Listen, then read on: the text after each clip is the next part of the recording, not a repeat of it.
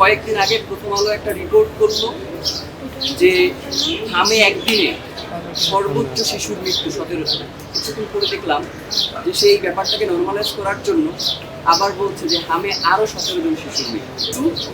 আমরা শুধুমাত্র 71 মুক্তিযুদ্ধ রাজাকার নিয়ে আলাপ করতে করতে আমরা আমাদের 415 জনের অধিক শিশুকে হারিয়ে ফেলেছি, যারা আগামীর বাংলাদেশে নেতৃত্বে আসবার একটা সম্ভাবনা। করোনাকালীন সময়ে বাংলাদেশের বিভিন্ন হসপিটালগুলোকে শুধু করোনা ডেডিকেটেড করে দেওয়া হয়েছে যে এইখানে শুধুমাত্র করোনার যারা আক্রান্ত হবে তাদের চিকিৎসা হবে।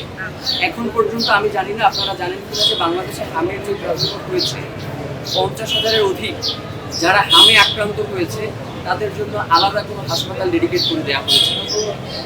প্রিয় ভাইয়েরা, আরেকটা ভয়াবহ ব্যাপার সেটা হচ্ছে মানে এই যে শিশুগুলো মারা যাচ্ছে এদের অধিকাংশের বয়সী আপনার 9 মাসের নিচে এবং এর সংখ্যাটা অর্ধেকেরও অনেক বেশি।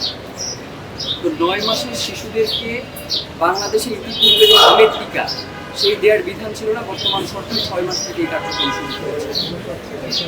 তো এখন সব থেকে ভয়াবহ ব্যাপার সেটা হচ্ছে আমাদের মায়েরা তাদের ফিটনেস ধরে রাখবার জন্য তারা সন্তানদেরকে বুকের দুধ পান করানো। একটা প্রতিবেদনে উঠে এসেছে যে 55% মা তার এই যে পাশ্চাত্য যে সংস্কৃতি, এই যে অপসংস্কৃতি যে তার সন্তানকে দুধ খাওয়ালে তার ফিটনেস নষ্ট হয়ে যাবে, এই কারণে 55% মা তার সন্তানকে দুধ খাওয়ায় না।